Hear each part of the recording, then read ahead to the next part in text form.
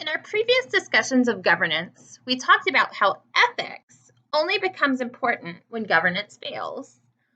We've watched time and time again, and we discussed examples of how a scandal rocked the investor confidence, forced the passage of a law, and prompted companies to respond with new ethics and governance structures. But what if, instead of that, we woke and started to embed ethics in all facets of the governance structure, hoping to build something ethical from the bottom up, rather than waiting to implement ethics programs when governance fails. In this lesson, we'll define the concept of governance, establish the importance of a culture of integrity, and then talk about some of the ways that this ethical governance becomes implemented within an organization. We'll look at this from the governance perspective of the enterprise risk management framework. Now, although ethics isn't a specific component of the enterprise risk management framework, baking ethics into each component therein is. Now, the authors make a case that ethics should be baked into every facet of the organization's operations, which sounds a lot like the enterprise risk management framework. In fact, one of the 5 components of the ERM framework is risk, governance, and structure. But at a higher level, the ERM framework mandates that companies start thinking about risk when they consider the mission and vision of their organization. That is, when they conduct the strategic planning and their setting of business objectives, and that they embed risk within the core values of the company.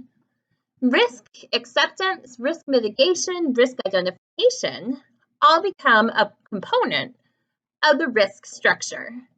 The same argument here is being made for ethics.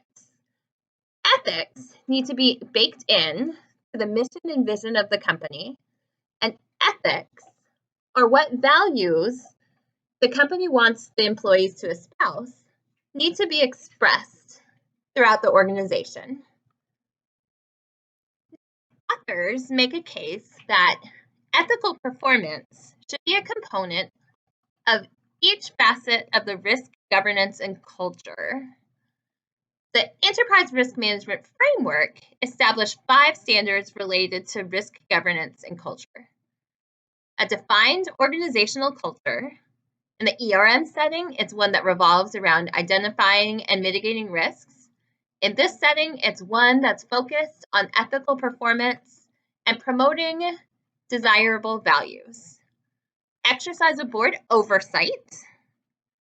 Demonstrated commitment to organizational values. Employee involvement from a risk management perspective and from an ethical performance perspective.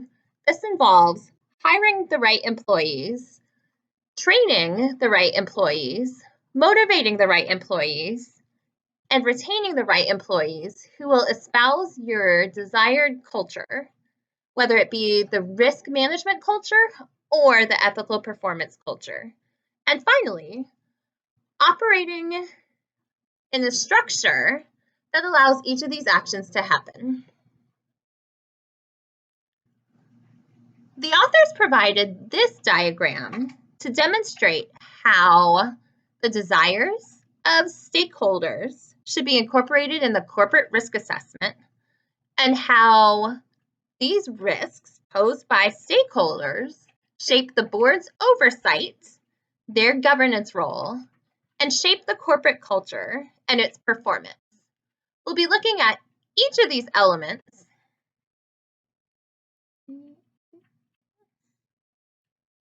in more detail in the remainder of this slideshow. So by way of review, we talked about how governance comprises the mechanisms that allow shareholders to keep an eye on corporate management who may or may not be operating in the shareholders' best interests.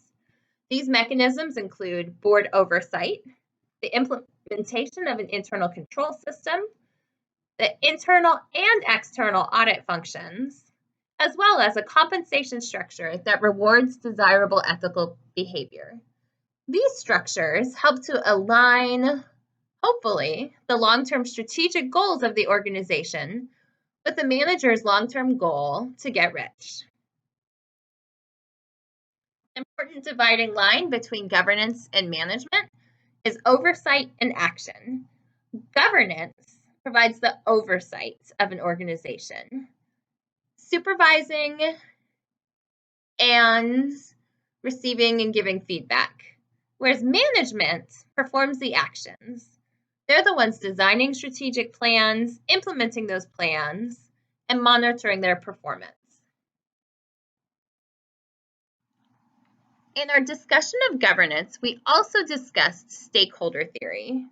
Stakeholder theory recognizes that the board of directors and management should consider the need of those outside the traditional stockholder and company relationship. Now, that's not to say that stockholders are not stakeholders, because they are. They're a very fundamental and important stakeholder group. But there are other parties to whom the firm owes a duty of care. People like employees, people like the community in which the business is located, suppliers, customers who rely on the business, the government who create and issue laws that the company must abide by, as well as the free press, which hold companies accountable. If a board and a management structure are concerned with stakeholders, they're soliciting feedback and providing feedback to the stakeholders by embedding this within their structure, values, and operations. Those who serve in a governing role over a corporation, namely the board of directors, have certain legal responsibilities under Sarbanes-Oxley Act of 2002. These include obedience, loyalty, and the duty of care. With regard to obedience, the director is limited to the powers stated in their corporate charter or in the laws of the state in which they operate. Their ability to act on behalf of the corporation is limited to those powers. With regard to loyalty, the director must think of the corporation and its interests first, and not their own personal interests. That is, the director has a duty to avoid conflicts of interest. Finally, a duty of care. This requires directors to be diligent and prudent in managing the corporation. Now, while that's the letter of the law, you can tell that Paul Sarbanes and Mr. Oxley intended more from the governors when they wrote the law. The obedience requirement not only requires directors to follow the letter of the law, but implies that they should also be better than the letter of the law. With regard to loyalty and the duty of care, the director's first duty is to the firm and its needs. Arguably, the firm's needs includes the strategic demands of the shareholders. Ethical governance takes into consideration those demands and builds in ethics within its operating structure. Now, before we can consider how to incorporate ethical performance within each of the dimensions of the governing mechanism, we have to think about who are our stakeholders, what are their interests, which of their interests are most pressing, how we can implement those interests into everything we do as a corporation. Our strategic shareholder interests, remember, we're strategically accountable to our stakeholders, should be incorporated in our vision, our mission, where we plan to go, and how it's carried out, our policies, our compliance mechanisms, as well as the feedback provided that's used to improve the organization. Now, we've already addressed the board oversight dimension of governance and culture. So we're going to double back to the D in the governance and culture dimension of the enterprise risk management framework, which is developing an organizational culture. In the ERM framework, this refers to the organization's risk appetite, whether they're risk averse or risk seeking or somewhere in between. That level of risk aversion permeates the culture, and it sets the tone in all organizational decisions.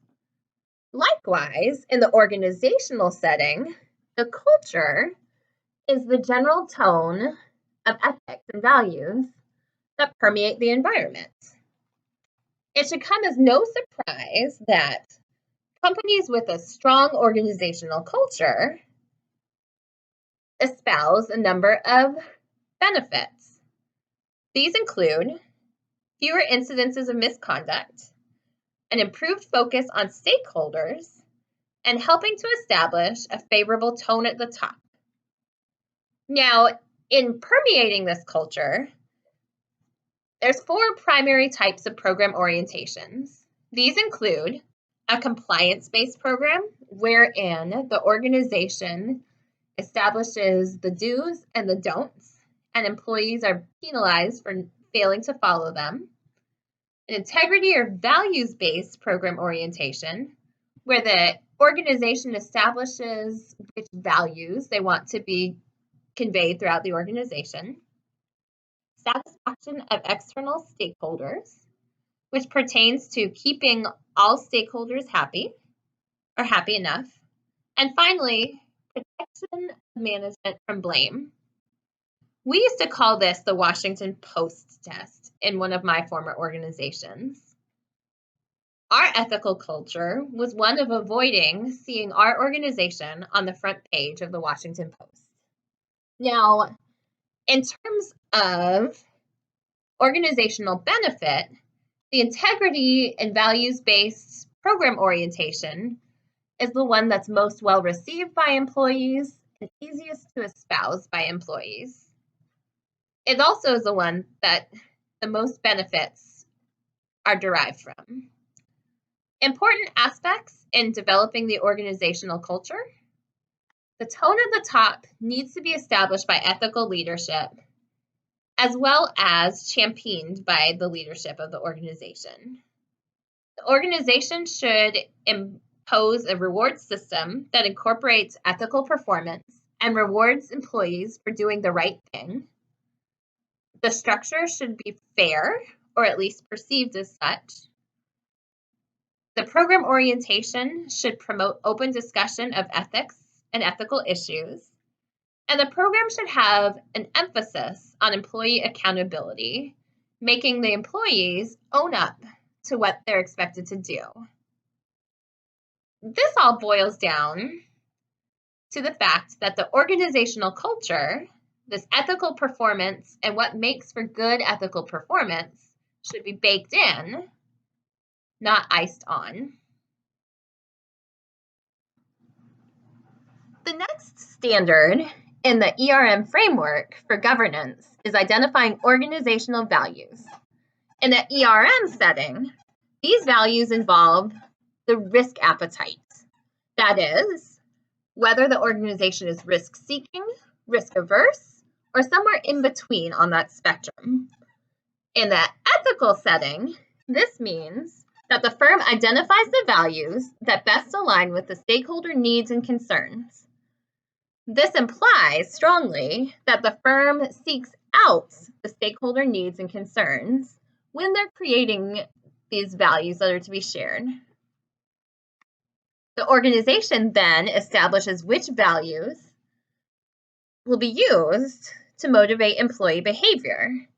And these values may mirror the region, may mirror the setting for the organization, may mirror the product. But the important thing is that the values mirror the stakeholder needs. Across different cultures, 6 different values have been pretty universally accepted in organizational justice settings.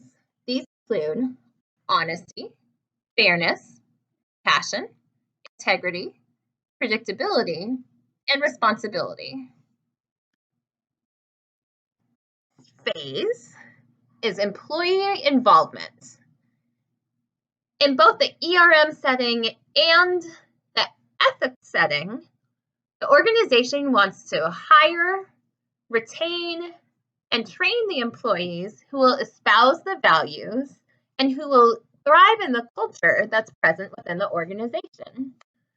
In an ethical setting, these behaviors are modeled through the code of conduct, which is how an organization conveys the guidance needed to motivate the beliefs and actions that its personnel should embody and demonstrate. These codes of conduct must be reinforced throughout the organization. They should be part of the annual and new hire training, so that meets the training component of the employee involvement. They should be included in all corporate communications, which also aligns with the information and communication function of the internal control structure. And the codes of conduct must also give reference to the whistleblower mechanisms and protections. Employees must know how, when, and why they would use these protections. Now, just like the organizational culture has different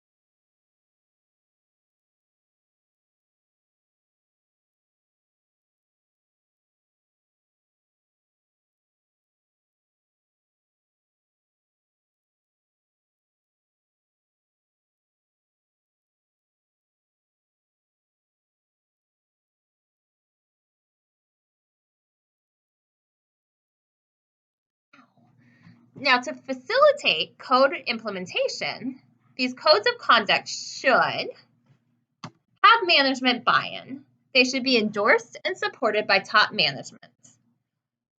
They should emphasize general principles, but they should also provide justification when specific quote-unquote oppressive rules are necessary. They should empower employees to make ethical decisions, giving them the tools and the training to do so. They should include references to a fair and confidential hearing process. They should again legitimize the whistleblowing process and the related protections. And they should provide training. This training should include case study and role play so that there's no level of doubt left about what's expected for employees. To summarize codes of conduct, they need to be adopted, implemented, adhered to, and supported at all levels and within all organizations. Without buy-in at all levels of the organization and across the organization, and without consistent application, the code of conduct will not be successful. Throughout this lecture, I've discussed how important it is for management to buy into the development of an ethical culture, the establishment of organizational values, and the adoption of the code of conduct. Management are really the superheroes when it comes to embodying and acting out the organization's vision and values. They're also tasked with making sure that these vision and values are ethical, that they're sound, that they're supported by all levels of management, not just the C-suite, that they're communicated throughout the organization, that they're aligned with the ethical culture, and that the vision and values are a component of the employee motivation and performance evaluation suite. If management fails to provide this tone at the top, employees will fail to subscribe to the ethical tone of the organization, which is just part of the reason why management buy-in is so critical.